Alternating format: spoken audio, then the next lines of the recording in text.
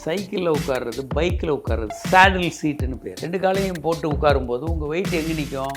ஆணுறுப்பு விந்து bike supply பண்ணக்கூடிய புடன்டல் nerve, புடன்டல் ஆர்ட்ரின்னு 2 ரத்த குழாயும் நரம்புகளும் வருது. அந்த மேலே மொத்த வெயிட்டும் இருக்கும். நாங்கள் ஏன் இதை ரொம்ப பேசுகிறது இல்லைன்னா, இது உண்மைன்னு நிரூபிக்கப்பட்டு பெரிய அளவில் நிரூபிக்கப்பட்ட விஷயம். சைக்கிள் 1 ஹவருக்கு மேலே ஓட்டக்கூடாது. இந்தணுக்கள் குறையும், ஆண்மை குறைவு வரலாம். அவனுக்காக சைக்கிள் மிதிச்சு ஹைட்ராசில் ப்ராப்ளம் வந்து தான் சார் மிச்சம். விஞ்ஞானபூர்வமான ஆராய்ச்சிகள் இல்லாமல் எல்லாத்தையும் பேசிக்கிட்டே இருப்பாங்க. இந்த பழம் சாப்பிடுங்க கேன்சர் வராதுன்னுவான். எங்கடா படித்த யாரா இதை ஆராய்ச்சி பண்ணது? அந்த தயிர் வடையை வாங்கி நீங்கள் சாப்பிடுங்க, உங்கள் நண்பர்களுக்கு கொடுங்க, உங்கள் காதலை சொல்ல போங்க, அழகாக காதல் செட் ஆகும். ஆய்வுகள் எது ஆராய்ச்சி? யார் சொல்கிறத கேட்குறது? இப்போ நிறைய யூடியூப் சேனலில் பார்க்குறீங்க, நிறைய பேர் எல்லாரும் பேசுகிறாங்க. இன்ஸ்டாகிராம்லேயே வந்துட்டாங்க சார். 60 செகண்டில் வந்து யாரோ லைஃப் ஸ்டைல் பண்ணுறவங்களாம் வந்து அது பண்ணுங்க இது பண்ணுங்கன்னு சொல்லிட்டே இருக்காங்க. அதெல்லாம் நம்பிட்டு இருக்காங்க. கண்டிப்பாக ஒரு 150 ml ஆஃப் ஒரு வாட்டர் கிடைக்கும். அதை அப்படியே கீழே தூக்கி ஊற்றிட்டு போய் டாக்டரை பார்த்து மாத்திரை வாங்கி போடுறா வெண்ணெய். செக்ஸ் பண்ணிவிட்டு அல்லது சுயன்மம் பண்ணிவிட்டு ஜிம் போகலாம். இதை வந்து மிகப்பெரிய ஆய்வு நடத்தி நிரூபித்தாங்க. வாயப்பாரு வள்ளல்ல சிவன் எப்படி தான் சொல்லியிருந்தார், நான் டாக்டர் பார்க்க மாட்டேன், நான் ஒரு நாள் மயக்கம் போட்டு விழுந்தேன்னா டாக்டர்கிட்ட கூட்டு போவாங்கன்னு. ஆனால் அன்றைக்கி அவருக்கு அந்த பிரச்சனை வந்தப்போ அவர் ஹாஸ்பிட்டல் போகங்களே இருந்தார்.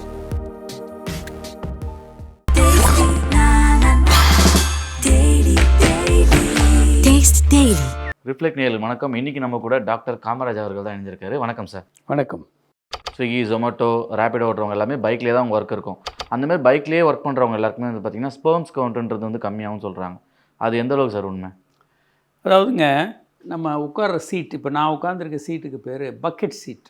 இது வந்து உங்கள் வெயிட் வந்து வேறு மாதிரி டிஸ்ட்ரிபியூட் ஆகும். தொடைகள், கால்கள் எல்லாம் டிஸ்ட்ரிபியூட் ஆகும். குதிரையில் உட்கார்றது, சைக்கிளில் உட்கார்றது, பைக்கில் உட்கார்றது, சேடில் சீட்டுன்னு பேர். ஓகே. 2 காலையும் போட்டு உட்காரும்போது உங்கள் வெயிட் எங்கே நிற்கும்? பாடியில் அப்பர் பார்ட் ஆஃப் த பாடி ஃபுல்லாக ஆணுறுப்பு விந்து பைக்கு சப்ளை பண்ணக்கூடிய புடன்டல் நர்வ், புடன்டல் ஆர்ட்ரின்னு 2 ரத்த குழாயும் நரம்புகளும் வருது. ஓகே. அந்த மேலே மொத்த வெயிட்டும் இருக்கும். நீங்கள் சாதாரண மனிதர்களே வந்து ஒரு 1 ஹவர் சைக்கிளில் நீங்கள் நல்லா உட்காந்து ஓட்டுனீங்கன்னா அந்த இடத்துல மதத்து போகிறது தெரியும். பைக்கில் ரொம்ப நேரம் போனாலும் வரும். பைக் கொஞ்சம் பெட்டர், ஏன்னா கொஞ்சம் ப்ராடாகவும் குஷன் கொஞ்சம் அதிகமாகவும் இருக்கும். ஏன்னா அவங்க போய் பள்ள மேடில் ஏற்றும் போது அடிபட்டுறக்கூடாது, வேகமாக போகிறவங்க. கொஞ்சம் பெட்டர். ஆனால் அது கூட 1 மணி நேரம். சைக்கிள் நல்லது.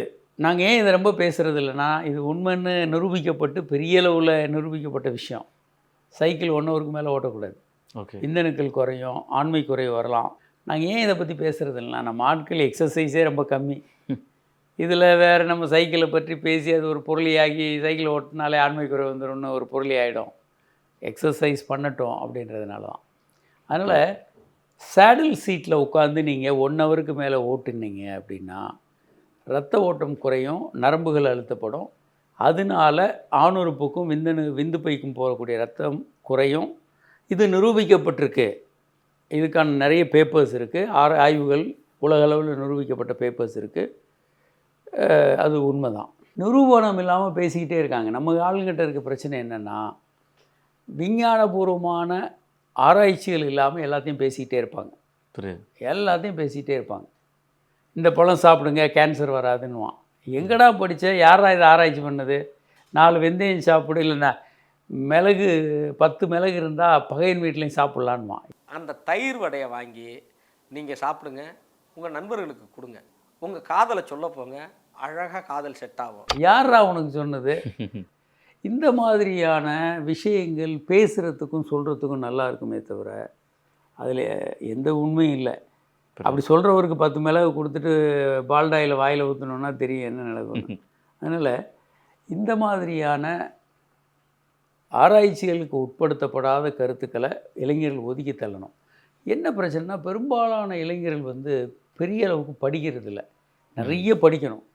நீங்கள் 100 புத்தகங்கள் வைடாக படித்தீங்கன்னா உங்களுடைய பல மூட நம்பிக்கைகள் நொறுங்கி விழுந்துடும். புரியுது. உங்களுக்கு தெளிவாயிரும் கருத்துக்கள். அதனால் நிறைய படிங்க.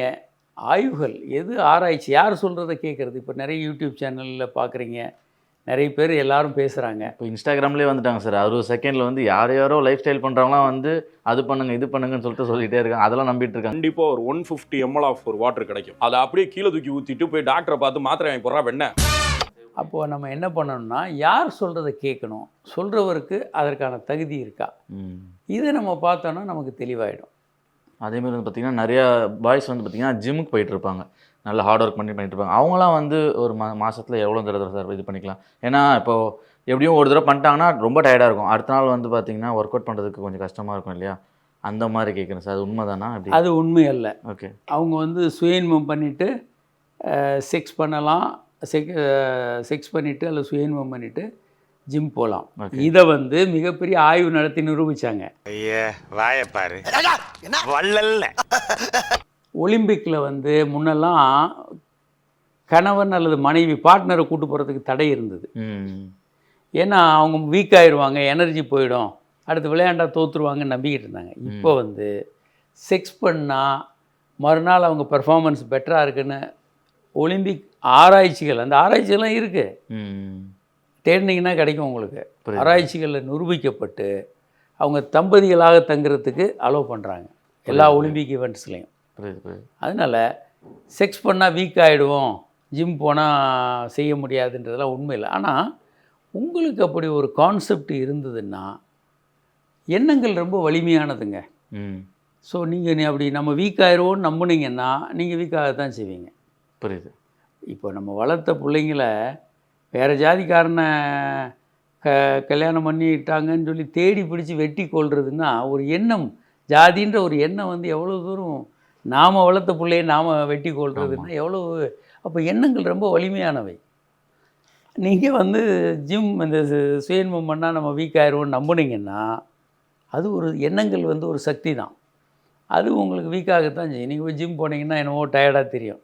உண்மை வந்து அப்படி இல்லை. நீங்கள் உண்மையை புரிஞ்சுக்கிட்டீங்கன்னா அப்புறம் இந்த மாதிரியான சின்ன சின்ன தவறான நம்பிக்கையெல்லாம் ஓடி போயிடும். Okay sir. அதே மாதிரி பார்த்திங்கன்னா எந்தெந்த உணவெல்லாம் வந்து ஆண்மைக்கு வந்து ரொம்ப நல்லது, எந்தெந்த உணவெல்லாம் வந்து ஆண்மைக்கு ரொம்ப கெடுதல் சார்? இல்லைங்க, இந்த மாதிரி குறிப்பிட்ட அத்திப்பழம் சாப்பிடுங்க, செவ்வாழை சாப்பிடுங்க, இதெல்லாம் உண்மை இல்லை. இதெல்லாம் நிறைய டுபாக்கூர் வேலையை நிறைய பண்ணுறாங்க. நான் கூட கேள்விப்பட்டிருக்கேன், கருவேப்பிலை ரொம்ப சாப்பிட்டா ஆண்மை குறையும்னு சொல்லிட்டு அந்த மாதிரிலாம் சொல்லி. இதெல்லாம் உணவுங்க. ஓகே. இதில் இருக்கிறதெல்லாம் புரதம், கொழுப்பு, கார்போஹைட்ரேட், மாவுச்சத்து, மற்ற விட்டமின், மினரல், அவ்வளோதான், ஃபைபர். ஓகே. இதை தவிர இந்த உணவுகளில் வேறு எதுவும் இல்லை. ஓகே. ஃப்ரெஷ்ஷாக இந்த உணவுகளை எடுத்துக்கும் போது விட்டமின், மினரல் நிறைய கிடைக்கும். புரியுது. அதனால் இதில் வந்து இந்த உணவு மட்டும், இந்த காய்கறி மட்டும் ஸ்பெஷலு, இந்த சில காய்கறிகள் பண்ணும்போது கொஞ்சம் ஒரு தூண்டுற மாதிரி இருக்கலாம். அதுக்கு பேர் அஃப்ரோடிசியாக்னு பேர். அது வந்து 2%, 3%. ஒரு நல்ல உணவு, நல்ல ஒரு ஏசி ரூமு, நல்ல கம்ஃபர்டபுளான ப்ரைவசி, ஒரு கூட ஒரு அழகான பொண்ணு இருக்கும்போது உங்களுக்கு செக்ஸ் உணர்வு வரலாம். இதே நான் கடுமையான இறைச்சல், கடுமையான வெப்பம், மெட்ராஸில் அனல் காற்று வீசுது, ரோட்டில் இருக்கிற ஒரு பார்ட்னர் இருந்தாலும் செக்ஸ் பண்ணணுன்ற மூடு வர்றது ரொம்ப கம்மியாக இருக்கும். கண்டிப்பாக. அப்போது அஃப்ரோடிசியாக், நீங்கள் நல்ல சாப்பாடு, நல்ல சூழல் எல்லாம் வந்து ஒரு செக்ஸை தூண்டும். மறுபடி குறிப்பிட்ட பழம், குறிப்பிட்ட இது அப்படின்றது உண்மை அல்ல. ஓகே. ஓகே. அதேமாதிரி வந்து பார்த்திங்கன்னா இது வந்து காலங்காலமாக ஒரு மாதிரி பேசும் பொருளாக இருக்குது. என்னென்னா சின்ன வயசுலேருந்து பேசிட்டு இருந்தாங்க, இது என்ன அளவுக்கு உண்மைன்னு தெரில. விவேகானந்தர் அவர்கள் வந்து பார்த்திங்கன்னா அவர் வந்து சுயமே பண்ணாமல் அவர் வந்து விரை வீக்கம் அடைஞ்சு தான் இறந்து போனாருன்னு சொல்லிட்டு ஒரு பேசிகிட்டு இருக்காங்க. அந்த மாதிரிலாம் அவர் டெத்து நடக்குமா சார்? இல்லை, அவருக்கு அப்படியே இருந்து போல. விவேகானந்தர் வந்து அவர் சுயன்மம் பண்ணாரா இல்லையா அப்படின்றதெல்லாம் தெரியல. ஏன்னா அதை பற்றிய அது பர்சனல். அவர் ரூமில் க்ளோஸ் பண்ணிட்டு பண்ணும்போது யாருக்கு தெரியும் நம்ம அவரை. ஆனால் விரை வெடித்தெல்லாம் அவர் இறந்து போகலை. புரியுது. அந்த காலத்தில் வந்து ஒரு ரெகுலர் மெடிக்கல் செக்கப், பல்வேறு விஷயங்கள் இல்லை. இப்போ அவருக்கு பிபி வந்துருந்தது, இல்லை சுகர் வந்ததுன்னா நீங்கள் செக் பண்ணாமல் நீங்கள் வாழ்க்கையை ஓட்டிக்கிட்டே போனீங்கன்னா இறந்து போகலாம். இன்றைக்கி இறந்து போகிறது இல்லையா யாரும்? புரியுது. இளைஞர்கள் ஒரு 50 வயசில் இறந்து போகிறவங்க, 40 வயசில் இறந்து போகிறவங்க, சடன் டெத்தெல்லாம் வருது. இவங்க எதுவும் மெடிக்கல் செக்கப் போயிருக்க மாட்டாங்க. நீங்கள் ஓரளவுக்கு மெடிக்கல் செக்கப் ரெகுலராக எடுத்துக்கிட்டு எல்லாத்தையும் ஒழுங்கு பண்ணிக்கிட்டு இருந்தீங்கன்னா நீண்ட நாள் வரலாம். இப்போ நான் முத்துக்குமரன் இறந்து போனார். ஆமாம். எத்தனை வயசில் இறந்து போனார்? 70 வயசுலையா? 45 தாண்டி இருக்க மாட்டார். ஆமாம். ஏன்னா அது அவங்களுக்கு கடுமையாக மது அருந்துறது, பல்வேறு கடுமையாக மோசமான வாழ்க்கை. கண்ணதாசன் இதில் பல பேர் சீனியா. ஏன் இவங்கெல்லாம் இவ்வளவு முரளி இவங்கெல்லாம் ஏன் ரொம்ப இளம் வயதில் இறந்து போனாங்க? 50 வயதெல்லாம் இறந்து போகிற வயதா? புரியுது. இவங்க 100 வயசு வாழ முடியும். ஆனால் அதற்கான பல்வேறு விஷயங்களை இவங்க தெரிவு செய்யணும். உடற்பயிற்சி, ஒரு ஆரோக்கியமான உணவு, புகை மது இல்லாமல் இருக்கிறது, ஆரோக்கியமான வாழ்க்கையை நீங்கள் செய்யணும். அது மாதிரி 2வது செக்கப் பண்ணணும் ரெகுலராக. ஹெல்த் செக்கப்பே தப்பு, ஃப்ராடு அப்படின்னு சொல்லிட்டு ஒரு கும்பல் தெரியுது. ஹெல்த் செக்கப்பில் கண்டுபிடிக்க முடியும். புரியுது. நாங்கள் என்ன சொல்கிறோம், அரசாங்கமே இலவசமாக எல்லாருக்கும் பண்ணுங்கள், எல்லாருக்கும் ஆதார் கொடுக்குற மாதிரி ஆமாம், எல்லாருக்கும் இலவசமாக உடல் செக்கப் பண்ணுங்கள். அரசாங்கத்தால் முடியாதுன்னா ப்ரைவேட் பண்ணுங்கள். ஹெல்த் செக்கப்பே தப்பு, ஃப்ராடு, அது அப்படின்றாங்க. நிறைய கண்டுபிடிக்க முடியும். ஆமாம். ஒரு பேசும் பொருளாக இருக்குது. என்னென்னா நம்ம போய் போனோன்னா ஏதாவது உங்களுக்கு இருக்குன்னு சொல்லிட்டு நம்மளுக்கு பில் கட்டிடுவாங்கன்னு சொல்லிட்டு ஒரு பயம் இருக்குது எல்லாருக்குமே. அதாவது நீங்கள் சர்க்கரை இருக்கிறத எப்படி தான் கண்டுபிடிப்பீங்க? அப்போ ஒரு செக்கே பண்ண மாட்டேன், நான் டாக்டரே பார்க்க மாட்டேன்னா என்றைக்கு எப்படி அவருக்கு சர்க்கரை தெரியும்? ஒருத்தர் அப்படி சொல்லி இறந்து போனவரும் நமக்கு தெரியும். ஒரு ப்ராப்ளம் இருந்து அவர் என்ன பண்ணார்னா, நான் டாக்டர்கிட்ட போக மாட்டேன், ஒரு நாள் நான் மயங்கி விழுந்தேன்னா என்னை கூட்டு போய் நோயை கண்டுபிடிக்க போகிறாங்கன்னு. ஒரு முறை உண்மையிலே அவர் மயங்கி விழுந்தார், ஆனால் இறந்து போனார். அவரை காப்பாற்ற முடியல. நகைச்சுவை நடிகர் கிரேசி மோகன். Okay okay. கிரேசி மோகன் இப்படி தான் சொல்லியிருந்தார், நான் டாக்டர் பார்க்க மாட்டேன், நான் ஒரு நாள் மயக்கம் போட்டு விழுந்தேன்னா டாக்டர்கிட்ட கூட்டு போவாங்கன்னு. ஆனால் அன்றைக்கி அவருக்கு அந்த பிரச்சனை வந்தப்போ அவர் ஹாஸ்பிட்டல் போகக்குள்ளே இறந்துட்டார். அதனால் உடல் செக்கப் என்பது தேவையானது. அது அரசாங்கம் இலவசமாக பண்ணட்டும், பண்ணுங்க. நீங்கள் அதுக்காக மருத்துவத்திற்கு எதிராக நிற்பது என்பது தவறானது. எல்லாருக்கும் தேவையில்லாத ஒரு உடல் செக்கப் தேவையில்லை. ஆனால் ஒரு வயது வரும்போது கண்டிப்பாக செய்கிறது நல்லது. Okay okay sir. அதே கடைசி கேள்வி சார். இப்போது பழைய காலத்துலாம் இந்த இதுவே இல்லவே இல்லை. ஆனால் இப்போ பார்த்திங்கன்னா எல்லாருமே நைட் லைஃப் வாழ்க்கை வாழ்கிறாங்க. சில பேர் கட்டாயமாக ஒர்க் போகணும்னு சொல்லிட்டு ஐடி பீப்புள்ஸ்லாம் போயிட்டுருக்காங்க, இந்த காவலர்கள்லாம் போகிறாங்க. சில பேர் பார்த்திங்கன்னா இருந்தாலுமே நைட்டு தூங்காமல் ரவுண்டிங்லாம் போயிட்டுருக்காங்க. அந்தமாரி ராத்திரி கண் விழிக்கிறவங்களுக்கு பார்த்திங்கன்னா இந்த ஆணுறுப்பு, இந்த மாதிரி ஆண்மை குறைவு ஏதாவது இருக்குமா சார்? சார், ஒரு 8 மணி நேர உழைப்பு, உடல் உழைப்பு அல்லது எக்ஸசைஸ், கொஞ்சம் ஒரு 8 மணி நேரம் நல்ல தூக்கம், இது ரொம்ப முக்கியம். இந்த எக்ஸசைஸும் இல்லாமல் தூக்கம் இல்லாமல் ஆல்கஹால் மாதிரி நிறைய சாப்பிட்டுக்கிட்டு இருந்தீங்கன்னா உங்களுக்கு சீக்கிரமாக இறந்து போகிறதுக்கான வாய்ப்புகள் இருக்குது. ஸோ நல்ல தூக்கம். நைட் டியூட்டி பார்க்குறவங்க பண்ணலாம், டாக்டர்ஸ் பார்க்கலாம், நர்சஸ் பார்க்குறாங்க, சினி ஃபீல்டில் அல்லது இந்த மீடியா பீப்புள், டிவி நைட்டு பார்க்குறவங்க இருக்கிறாங்க. நிறைய ஃபீல்டில் இப்போ நைட்டு இருக்குது. இப்போ இந்த லைட்டு கண்டுபிடிச்ச பிறகு நைட்டு பகல் மாதிரி ஆகிடுச்சு, ஒன்றும் பிரச்சனை இல்லை.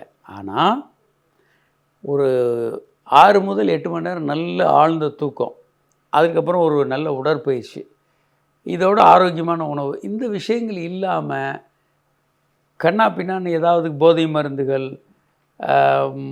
தூக்கம் இல்லாமல் இருக்கிறது, ஜங்க் ஃபுட்டை நிறைய சாப்பிட்டுக்கிட்டு இருக்கிறது, மது கண்டபடியாக இருந்துறது, இந்த மாதிரி வாழ்க்கையை சீரழித்தாங்கன்னா அவங்க நீண்ட நாள் வாழ முடியாது, சீக்கிரம் இறந்து போயிடுவாங்க. அது தவறானது. அதாவது பார்த்திங்கன்னா நைட்டு தூங்கலைன்னா காலையில் தூங்கினா கூட பரவாயில்ல, ஆனால் ஒன்றும் பிரச்சனை இல்லை சார். ஒரு 8 மணி நேரம் தூங்கணும் உங்களுக்கு. ஏன்னா நைட் டியூட்டி பண்ணுறவங்க நிறைய இருக்கிறாங்க, எல்லா ஃபீல்ட்லையும் இருக்கிறாங்க. எந்த ஃபீல்டு இல்லை, மருத்துவர்கள்லாம் நாங்கள் ஹவுஸ் சர்ஜனாக இருந்தப்பையோ இல்லை பிஜி பண்ணும்போதோ நைட் டியூட்டி நிறைய பண்ணியிருக்கோம். அப்போ நைட் டியூட்டி இல்லாத ஒரு தொழில் ரொம்ப கம்மி. சில தொழிலெலாம் அப்படி இருக்கும், நிறைய தொழில் நைட் டியூட்டி வரத்தான் செய்யும். பண்ணுங்க, ஆனால் ஒரு நல்ல தூக்கம், அதை தொடர்ந்து நல்ல தூக்கம், ஓய்வு அவசியம். ஓகே சார், இவ்வளோ நான் கேட்ட கேள்விக்கெலாம் ரொம்ப அழகாக தெளிவாக பதில் சொன்னீங்க சார். உங்கள் நேரத்துக்கு நன்றி சார். நன்றி.